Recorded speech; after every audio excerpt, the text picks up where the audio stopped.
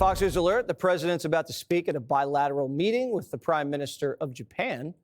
Let's bring in Kayleigh McEnany. She's the host of Saturday in America and co-host of Outnumbered. Kayleigh, this looks to be very well designed, just kind of signing deals with all of China's neighbors, landing in Japan, and meeting with Xi on Thursday. What do you expect?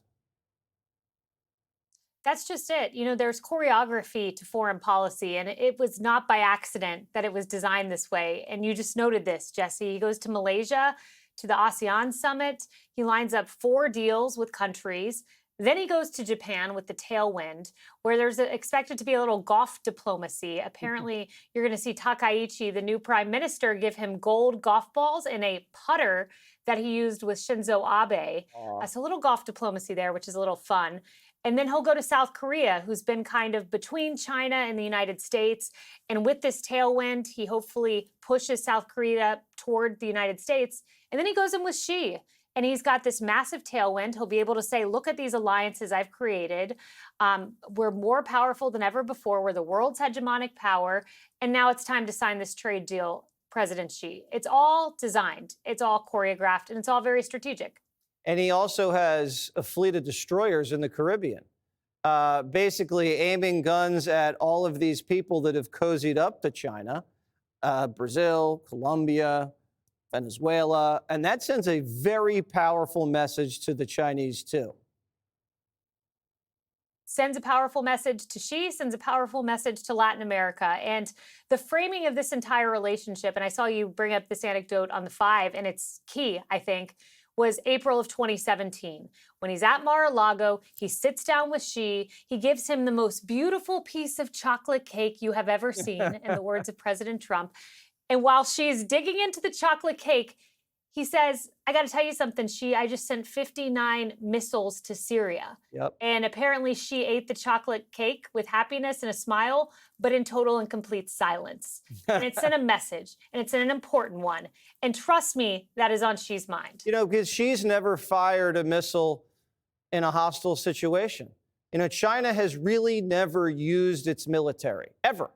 I mean, they've tested missiles and they've tested warships and they've done war games, but never in a hot war situation. And we have. We've been doing it almost the entire history of the United States. So he looks at that kind of display of power, and he has to respect that. Eventually, this all comes down to respect. It does. And make no mistake that the most powerful message sent was not the 59 missiles to Syria. Yes, that was important. Yes, that sent a message that we will not allow you to gas your own people. But the biggest message that I think was sent in the last 20 years was the bombing of Fordo.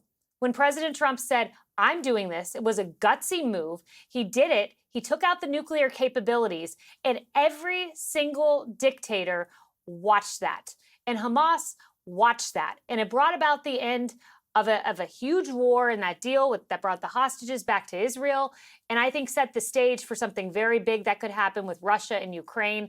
You know, President Trump said, I have one war left to solve. Sent a powerful message to Russia. He put the economic sanctions on last week to Russia. All of this setting the stage for hopefully resolving that conflict, pushing Xi, and hey, maybe a visit to North Korea. You heard him talk about, you know, he didn't say the little rocket man anymore, but maybe the little rocket man visit happens at the end of this trip. You never know. Yeah, we'll see. The deterrence factor obviously plays a very big role. Kayleigh, stand by. We're going to bring in Ned Ryun. He's the founder of American Majority, and Joe Concha, Fox News contributor. So, Ned, you know, the stock market at all-time highs after these tariffs went into effect. World markets are crushing it this year. China's economy, they've not had a good last 2 quarters. I think the Chinese understand what's going on here. I think they're beginning to understand what's going on, and also understand that Trump is just a complete force of nature. And he has a very specific vision on what he's trying to implement. He's already implemented a lot of it. He's not going to stop until he achieves his vision.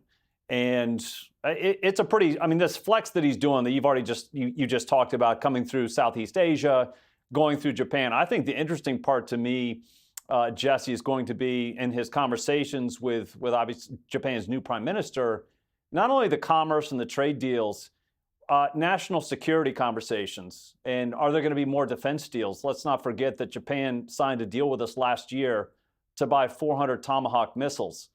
Coming out of the meeting with Japan, are there going to be more deals being struck before he meets with Xi on Thursday? I think that would be pretty interesting to see what comes from that.